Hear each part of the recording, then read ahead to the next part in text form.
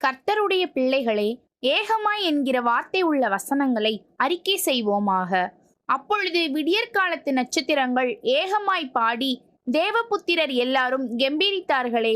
யோபு 38:7. எல்லாரும் வழி விலகி ஏகமாய் கெட்டு போனார்கள், நன்மை செய்கிறவன் இல்லை, ஒருவனாகிலும் இல்லை. சங்கீதம் 14:3.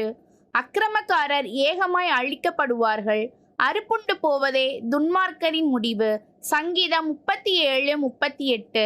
பூமியின் குடிகளே, சிறியோரும் பெரியோரும் ஐஸ்வர்யவான்களும் எளியவர்களும் ஆகிய நீங்கள் எல்லாரும் ஏகமாய் செவி கொடுங்கள். சங்கீதம் 49:2. எங்கள் ஊற்றுகள் எல்லாம் உன்னில் இருக்கிறது என்று பாடுவாரும் ஆடுவாரும் ஏகமாய் சொல்லுவார்கள். சங்கீதம் 87:7.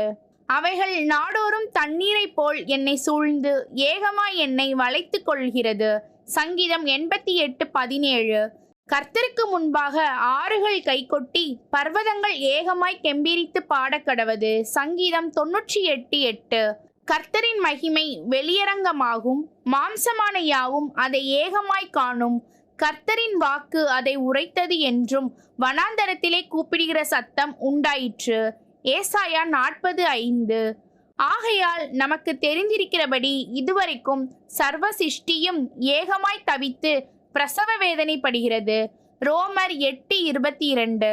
நாம் விழித்திருப்பவர்கள் ஆனாலும் நித்திரை அடைந்தவர்கள் ஆனாலும் தம்முடனே கூட நாம் ஏகமாய் பிழைத்திருக்கும்படி அவர் நமக்காக மரித்தாரே. 1 தெசலோனிக்கேயர் 5:10.